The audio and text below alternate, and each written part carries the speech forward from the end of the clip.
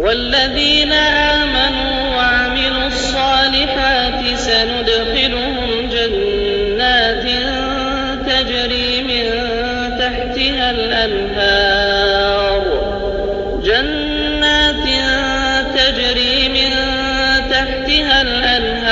خالدين فيها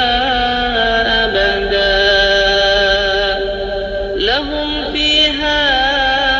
أزواج مطهرة وندخلهم ظلا ظليلا إن الله يأمركم أن تؤدوا الأمانات إلى أهلها وإذا حكمتم بين الناس أن تحكموا بالعدل إن الله نعم-ما يعظكم به إن الله كان سميعا بصيرا يا أيها الذين آمنوا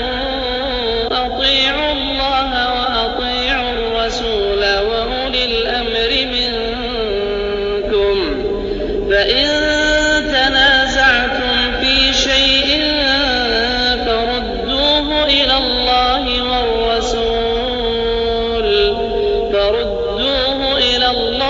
والرسول إن كنتم تؤمنون بالله